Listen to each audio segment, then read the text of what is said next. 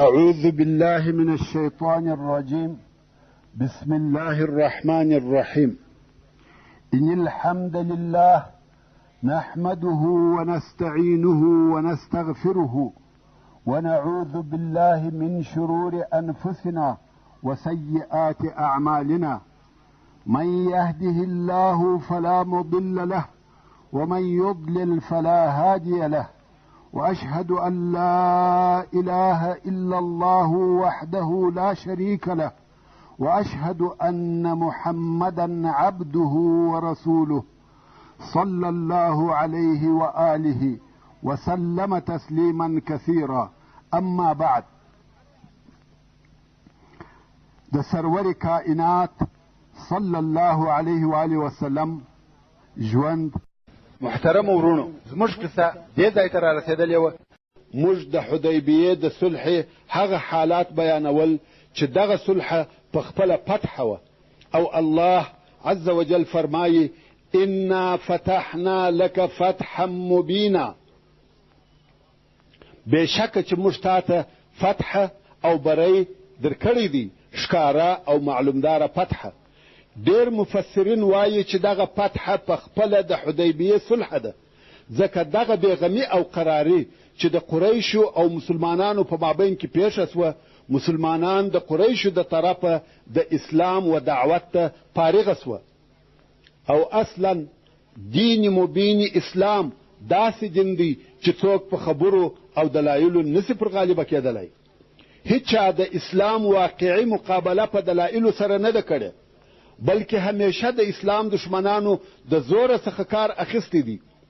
د اسلام دین په خپله غالبه دی، ځکه دا دین د الله جل جلاله د طرفه دی. اسلام داسې دین دی چې د انسان د خلقت او فطرت سره موافق او برابر دی. اسلام د عقل او منطق سره برابر دی. څوک نسی کولای چې د اسلام د دین په مقابل کې دی په عقل او منطق سره ودرېږي. خو د اسلام او د خلقو په مابین کې دغه د قریشو پرله پسې حملې حاجز او دیوال وي. د قریشو دشمني او بېځایه اوازې وې چې خلک یې مسلمانانو ته نه پرېښول او مسلمانان یې خلقو ته نه پرېښول. نو کم وخت چې دغه صلح د مسلمانانو او قریشو په مابین کې وسوه، د مسلمانانو او نورو خلقو د مابین څخه پردې او دیوالونه ایسته سوه. دلته نو اسلام پر ټوله جزیرة العرب غالبه سو. د پاره د دې چې د اسلام د کامیابۍ دپاره د دغه صلح نتیجه ښه را معلومه سي، نو به یو څه د حساب عددونه تر نظر لاندې ونیسو. په مکه مکرمه کې 14 کاله و اسلام ته دعوت وسو، مګر د هغو کسانو شمیر چې و اسلام ته داخل سوي وه د 150 نفرو په شاوخوا کې و. دا ټوله په 14 کلو کې چې تقریبا 80 نفره مسلمانان په مکه مکرمه کې وه او 80 نفره په حبشه کې وه. اوس نو بیا د حدیبیې تر صلح پورې، د حدیبیې صلح د هجرت په 6 کال کې وه، یعنی د دعوت د شروع څخه 19 کاله تیر سوي وه. نو دغه د حدیبیې په صلح کې د رسول الله صلی الله علیه وسلم سره څو نفره راووته؟ 1,400 یا 1500 نفره. که څه هم مسلمانانو په مدینه منوره کې یو مستقل دولت جوړ کړی وو او حالت یې هم په ښه ډول سره پر مخ روان وو، مګر بیا هم موږ وینو چې د مسلمانانو شمیر ډېر لږ و، فقط 1,400 نفره، او دا د هجرت 6 کال و. نو که موږ وګورو چې د شروع څخه د اسلام د هجرت تر 6 کاله پورې چې د دعوت 19 کاله تیر سوي دي، د هغو کسانو شمیر چې مسلمانان سوي دي 1,400 نفره دي. که چیرې بیا ښځې او کوچنیان او ځینې هغه صحرایي اعراب هم پر اضافه کو، نو به 3,000 نفره سي. مګر هغه کسان چې د رسول الله صلی الله علیه وسلم سره د مکې مکرمې په فتح کې راوتلي وه، څو نفره وه؟ د هغو شمیر 10,000 نفره و.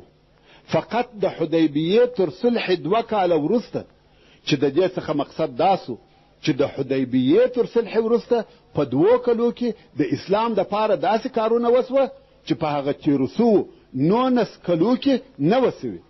نو تاسې ووایست چې دغه صلح فتح ده که نه ده؟ ټولو غزاو، ټولو سریو، ټولو جنګو د اسلام د نشرولو دپاره دغسې نتیجه نه وه ورکړې لکه د حدیبیې د صلح نتیجه. نو ځکه الله جل جلاله دغه صلح فتح وبلل. الله عز وجل فرمایي انا فتحنا لك فتحا مبینا لیغفر لك الله ما تقدم من ذنبك وما تأخر. بېشکه چې موږ تا ته فتح او بری درکړی دی، فتح او بری ښکاره او روښانه د پاره د دې چې الله جل جلاله و تا ته ستا پخوانۍ تېرې سوي خطاوې او وروستنۍ خطاوې در وبخښي.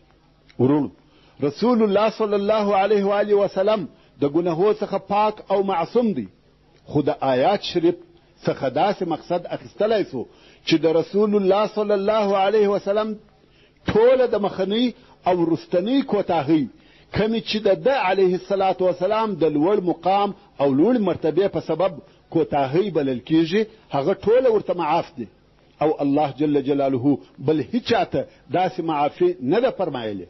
ورونو، مثال د ممنوعاتو څخه نه دی.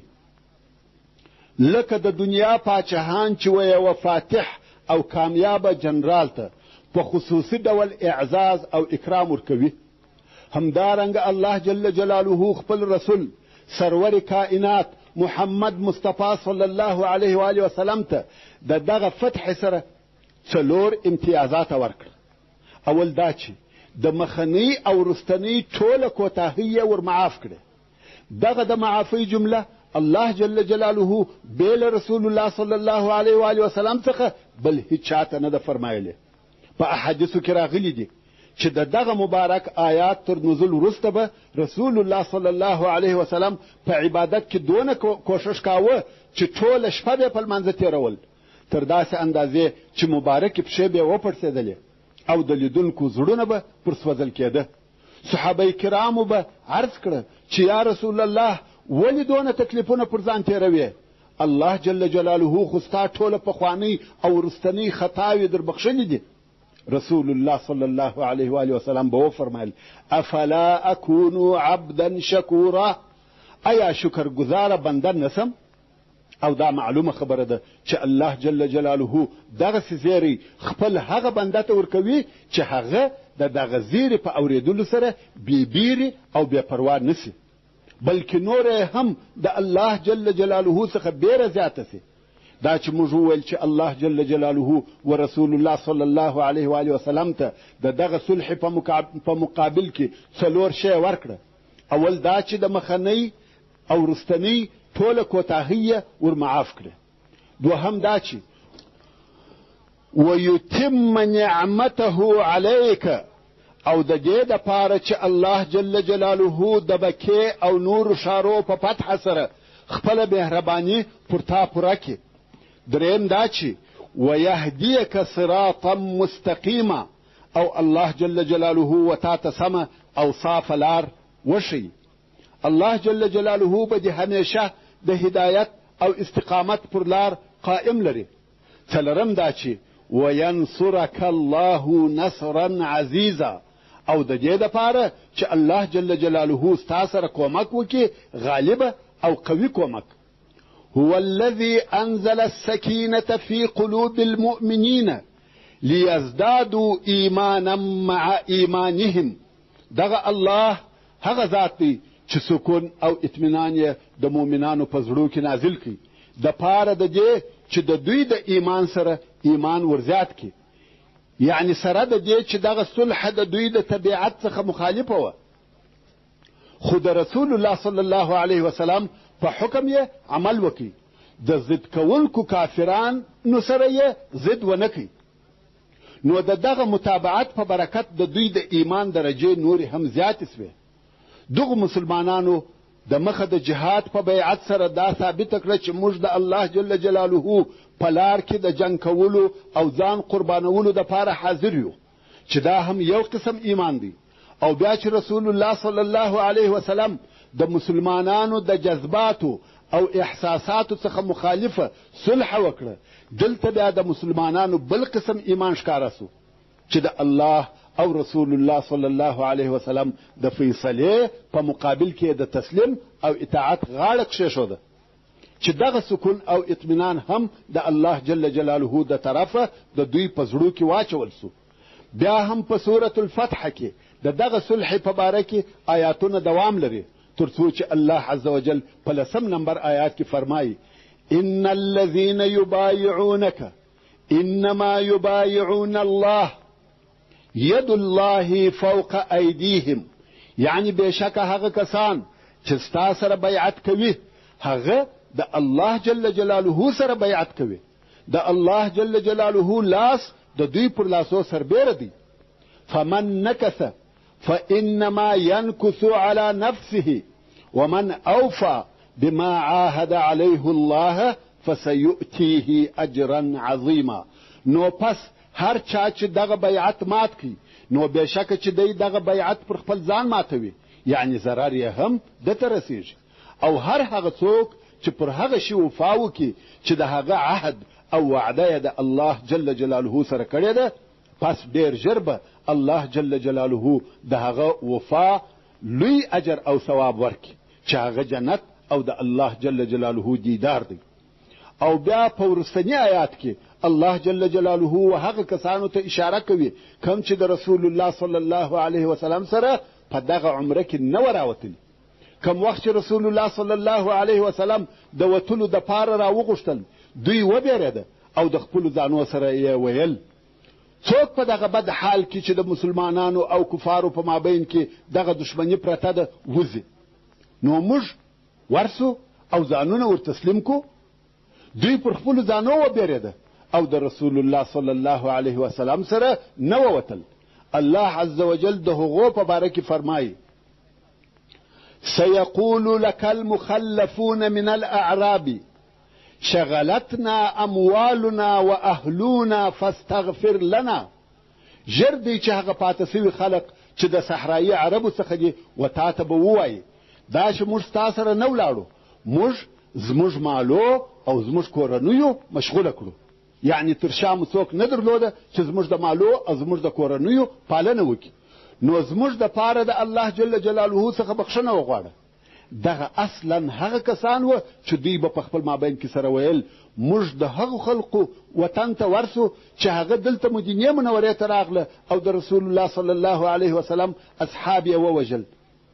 تاسې ګورئ چې دغه تللي خلق به یو هم ژوندی رانسي ټول به هلته ووژل سي. نو الله عز وجل دغه د دوی د زړو پټ حال و رسول الله صلی الله علیه و آله وسلم ته د مخه تر هغه ورښکاره کوي چې مدینې منورې ته ورسیږي. ځکه دغه آیاتونه د مخه تر دې چې رسول الله صلی الله علیه وسلم مدینې منورې ته ورسیږي نازل سوه.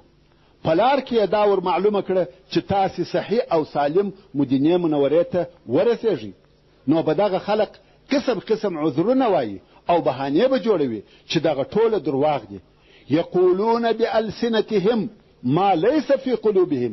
دغه پاته سوي منافقان به په خپلو ژبو هغه څه وایي چې د دوی په زړو کې نسته. دوی په خپلو زړو کې پوهیږي چې زموږ دغه عذر بالکل غلط دی او دغه د بخښنې غوښتل یې هم یوه ظاهري ریا ده. دوی په زړه کې بخښنه نه غواړي ځکه دوی دغه خپل پاته کېدل نه ګناه بولي او نه عقیده ورته لري. قل فمن يملك لكم من الله شيئا إن أراد بكم ضرا أو أراد بكم نفعا بل كان الله بما تعملون خبيرا. يعني اے محمد صلی الله علیه و آله وسلم دوی ته ووایه څوک دی چې د الله جل جلاله د طرفه څخه به د عذاب په ایسته کولو کې قدرت ولري. یعنی څوک دا قدرت لري چې د الله جل جلاله د طرفه دی یو شی ستاسې څخه دفع کړي که الله جل جلاله ستاسې د ضرر او نقصان اراده وفرمایي یا الله جل جلاله ستاسې د نفع او فایدې اراده وفرمایي. هیڅوک د جل جلاله و ارادې ته تغییر نشي ورکولی. یعنی بل هیڅوک نسته چې نفع او ضرر دی د هغه په قدرت کې وي بلکې الله جل جلاله په ټولو هغه کارو چې تاسې یې کوئ ښه خبردار دی. او په راتلونکي آیات شریف کې الله عز وجل هغه علت او سبب بیانوي چې دوی په هغه سبب د رسول الله صلی الله علیه وسلم سره دغه عمرې ته نه ووتل او فرمایي بل ظننتم ان لن ينقلب الرسول والمؤمنون الى اهليهم ابدا وزين ذلك في قلوبكم وظننتم ظن السوء وكنتم قوما بورا. یعنی پرشتیا سره ستاسې د نه تګ سبب دغه نه دی چې دا تاسې په خوله سره بهانې او عذرونه وایست، بلکې تاسې ګمان کاوه چې بیا به هیڅکله رسول الله صلی الله علیه وسلم او د ده ملګري مؤمنان و خپلو کورو ته صحیح سالم راونه ګرځي. او ای منافقانو، دغه د مسلمانانو د تباهۍ ګمان ستاسې په زړو کې ښایسته سوی دی او ګمان کړی و تاسې بد ګمان او تاسې یو هلاک سوی قوم یاست. بیا نو الله جل جلاله د دغه صورت په نورو آیاتو کې د خیبر و راتلونکې غزا ته اشاره کوي، هغه غزا چې تر اوسه پورې نه ده پیښه سوې. ورونو، د حدیبیې صلح د مسلمانانو په زړو کې د نوې دورې شروع کېدل وه، ځکه د اسلام او مسلمانانو په دشمنۍ کې قریش هغه تر ټولو قوي قوت، هغه ډېر معاند او شدید قوت و. او اوس چې دوی د جنگ د میدان څخه د امن او صلح و میدان ته ووته، نو د مثلث د اضلاعو څخه هغه قوي ضلعه ماته سوه، یا په بل عبارت د هغه درو قوو څخه هغه قوي قوت مات سو. درې قوتونه څوک وه؟ قریش، غطفان او یهود. غطفان خو در معلوم دي چې په نجد کې بتپرسته قبیلې دي، مګر څرنګه چې په جزیرة العرب کې قریش د بتپرستۍ نمایندگان او رئیسان وه، د دوی په ګوښه کېدو سره د نورو بتپرستانو توندي او تیزي پڅه سوه. د پاته بتپرستانو د مسلمانانو سره د دشمنۍ حالت تر ډېرې اندازې کم سو. نو ځکه پس له دغه صلح څخه د غطفان د قبیلو د طرفه کملو او غټه حمله پر مسلمانانو نه لیدل کیږي. که بیا هم دوی یو جنگي اقدامات کړي وي، هغه هم د یهودو په شیطانت او خطا ایستلو سره سوي دي. مګر یهود پس له هغه څخه چې د مدینې منورې څخه وایستل سول، نو یې خیبر د خپلو دسیسو او خیانتو دپاره ځالګۍ وګرځول. د دوی شیطانانو هلته هګۍ اچولې او هلته یې چچان زیږول، د هغه ځای څخه یې د فتنې اورونه بلول. هغه اعراب چې د مدینې منورې پر شاوخوا پراته وه، هغه یې د مسلمانانو پر ضد لمسول او په خپله یهودو په دې امیدو شپې تېرولې چې کله به رسول الله صلی الله علیه وسلم او مسلمانان ختم او فیصله کړي، یا لږ تر لږه ډېر تاوان ورسوي. نو ځکه پس له صلح څخه د حدیبیې د رسول الله صلی الله علیه وسلم اول اقدام دا و چې د دغه ځالګۍ د بینه وړلو یا ورکولو دپاره په یوه فیصله کوونکي جنگ لاس پورې کړي. مګر دغه مرحله چې پس له صلح څخه د حدیبیې شروع سوه و مسلمانانو ته د اسلامي دعوت د نشرولو او تبلیغولو دپاره مناسبه موقع او ښه فرصه برابره کړه. او په دغه وختو کې د مسلمانانو د دعوت او تبلیغ اړخ او نشاط تر جنگي او عسکري حرکتو زیات او ښکاره و.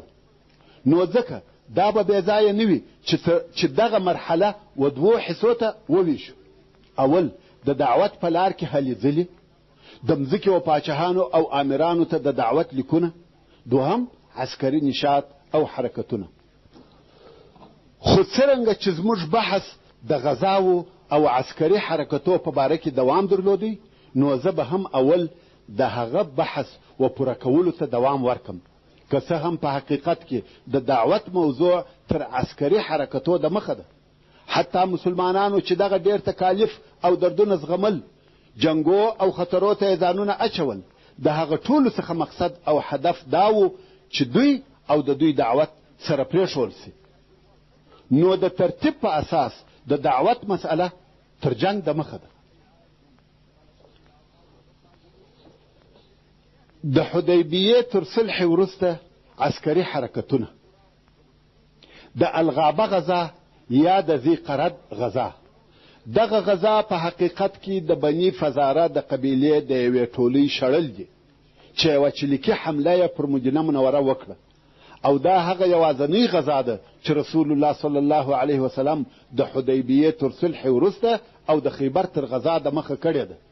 امام بخاري رحمه الله وایي دغه غزا تر خیبر 3 ورځې د مخه وه، مګر د سیرت او غزاو ځینې علما دغه غزا د حدیبیې تر صلح د مخه بولي، خو د امام بخاري رحمه الله قول صحیح دی. د غزا واقعه داسې وه، د کفارو څخه یو نفر چې خزاره ابن عیینه ابن حصن نومېدی او د غطفان د قبیلې څخه و، او دا خو درته معلومه ده چې د غطفان قبیله ډېره قوي قبیله وه، او دی د هغو کسانو څخه و چې د خندق په غزا کې د مسلمانانو پر ضد اشتراک کړی و. نو کوم وخت چې ده ولیده چې د خندق تر غزا وروسته مسلمانان ضعیفه سوي دي، نو یو امید پیدا سو چې یو وار بیا پر مدینه منوره حمله وکړي، او ویل په خپله پر مدینه به حمله نه کوو بلکې د مدینې منورې پر اطرافو به حمله وکړو. نو غابه چې د مدینې منورې څخه لږ د باندې یوه منطقه ده، او هلته د مدینې منورې د خلقو کښتونه او باغونه وه. څرنګه چې په دغه ځای کې ډېرې درختې موجودې وې، نو یې غابه ورته ویل. غابه یعنی ځنګل. په دغه ځای کې د رسول الله صلی الله علیه وسلم یا بیت المال د شیدو اوښانې هم ساتل کېدې. نو دغه خزاره چې د عیینه ابن حصن زوی و پر دغه غابه حمله وکړه. عیینه ابن حصن زموږ په راتلونکي بحث کې ډېر ذکر کېږي. نو بیا یو څه معرفي کړم. عیینه چې د غطفان مشر او رئیس و، ډېر بېعقل سړی و چې رسول الله صلی الله علیه وسلم احمق مطاع بللی دی، یعنی هغه بېعقل چې اطاعت یې کېږي او امر یې چلیږي. عیینه د عقل، فکر او تدبیر خاوند نو، مګر بیا هم د غطفان د قبیلو مشر و. هر حکم چې به وکړي د ده قبیلې عملي کاوه. 10,000 نفره لشکر یې درلودی. نو خزاره د دغه عیینه زوی پر غابه حمله وکړه. هغه د بیت المال د اوښانو ساتونکی چې د ابوذر رضی الله تعالی عنه زوی و، هغه یې شهید کړي. د هغه ښځه او اوښان یې ورسره بوتله او بیرته ولاړ. فقط په دغه لږ شي یې کفایت وکړي. کم باغوانان چې هلته موجود وه او دغه حال یې ولیدی، ژر د مدینې منورې و طرف ته رهي سوه. خو اول نفر چې د مسلمانانو د جنګیالیو څخه په مخه ورغلی، هغه سلمه ابن الاکوع رضی الله تعالی عنه. سلمه ابن الاکوع رضی الله تعالی عنه هغه څوک دی چې رسول الله صلی الله علیه و آله وسلم د ده په باره کې فرمایي هو خیر رجالاتنا، یعنی دی زموږ د پیاده لښکر هغه تر ټولو ښه او بهترین نفر دی. بل داسې څوک نسته چې د ده په مثل سره دي پر پښو او پیاده جنګ کوي. د ده رضی الله تعالی عنه په باره کې ویل کېږي چې تر آس چابک و. کم وخت چې به د آسانو سره د ځغستا مسابقه کول، دی رضی الله تعالی عنه به تر د مخه کېدی، او دغه چابکي په دغه غزا کې هم معلومه سوه. دا د الله جل جلاله قدرت و چې دغه تیزی او چابکي پکښې ایښې وه. نو کم وخت چې دغه خبر و سلمه ابن الاکوع رضی الله تعالی عنه ته ورسېدی، دی په خپله د هغه آس څخه راکښته سو چې دی او یو بل نفر پر سپاره وه، او دغه آس د طلحه رضی الله تعالی عنه و. نفر ته یې وویل ته دغه آس و طلحه ته ورسوه، او رسول الله صلی الله علیه و آله وسلم په دغه واقعه خبر که، او دی پر یوه غونډۍ ودرېدی. د مدینې منورې پر طرف یې په ډېر لوړ آواز نارې کړه، وا صباحا وا صباحا وا صباحا، چې دا د هغه وخت د خطر ناره وه او د مدینې منورې ډېرو خلقو واورېده. سلمه رضی الله تعالی عنه پیاده او پر پښو په خزاره او د هغه په ملګرو پسې رهي سو. که څه هم دی رضی الله تعالی عنه پیاده و، بیا هم په هغو پسې ورورسېدی او هغه نفر یې په غوښو ویشتل. په دغه وخت کې هغه سړی هم و رسول الله صلی الله علیه و آله وسلم ته ورغلی او هغه یې په حال خبر کړي. رسول الله صلی الله علیه و آله وسلم غږ وکړي چې کومک کومک، او خلق د رسول الله صلی الله علیه وسلم و طرف ته په راټولېدو شروع سو. رسول الله صلی الله علیه وسلم ډېر ژر د سپرو یوه ډله جوړه کړه چې مشر یې سعد ابن زید رضی الله تعالی عنه. ویل تاسې د مخه درځئ، موږ به ځانونه آماده کو او درپسې یو.